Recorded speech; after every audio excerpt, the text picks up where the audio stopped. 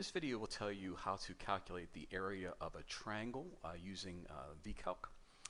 First off, there are several formulas depending upon what information you know about your triangle. The most classic formula is the area is equal to 1/2 times the base times the height.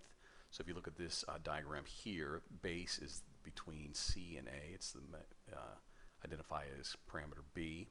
And height is the perpendicular distance from this line up to the high point, B in this case. You'll notice the perpendicular symbol. So if you know B and H, it's a very simple calculation. So it's 1/2 B times H. We'll just click on the button.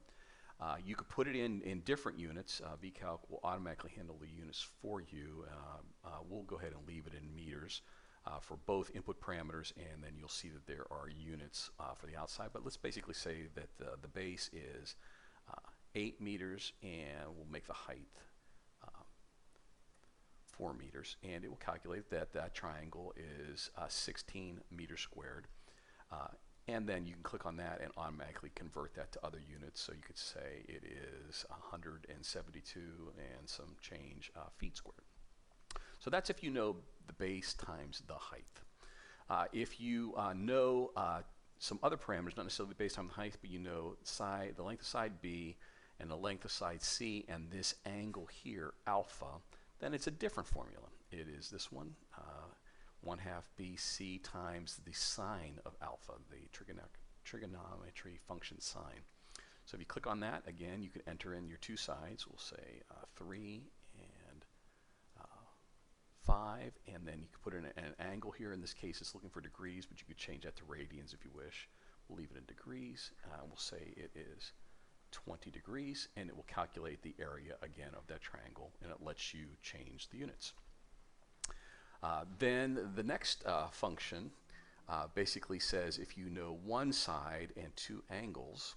So in this case, it wants to know alpha and beta and then C. So if you go back to our diagram, so it's these angles, alpha, beta, and the length of this side C. You can use this function and enter those parameters. So we'll say angle 1 is 20 degrees, and angle B we'll say is 45 degrees, and the side in between we're going to say is 12. We'll leave it at meters, and it will again calculate the area of the triangle defined by those parameters.